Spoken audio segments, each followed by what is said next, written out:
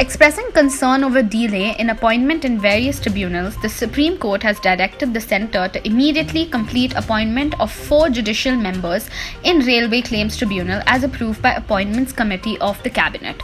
A bench headed by Justice L. Nageshwara Rao, however, said the tenure of such members shall be subject to the outcome of a petition pending on the issue. Former Congress President Rahul Gandhi on Thursday wrote to Prime Minister Narendra Modi over the reforms in Lakshadweep, alleging that the future of the people of the island is threatened as the administrator has unilaterally proposed sweeping changes without duly consulting elected representatives. Armed by the rising COVID-19 cases in Bengaluru, the Karnataka government has launched the city-wide sewage surveillance system to track the virus even among asymptomatic individual at its early stage. To begin with, it will start from 45 wards in which samples will be collected by next week in order to identify the infection clusters for better resource management, an official statement read.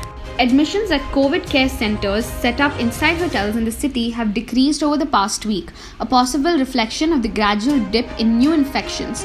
There are 1,281 beds at the centres and the occupancy is barely 600.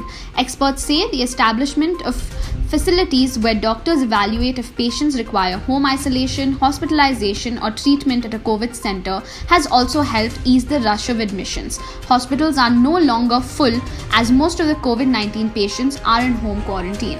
More than 1.84 crore COVID-19 vaccine doses are still available with states and union territories, and they will receive over 11 lakh doses within the next 3 days, the Union Health Ministry said on Thursday. The centre has so far provided both through the free of cost category and through direct straight procurement category more than 22 crore vaccine doses to states and union territories.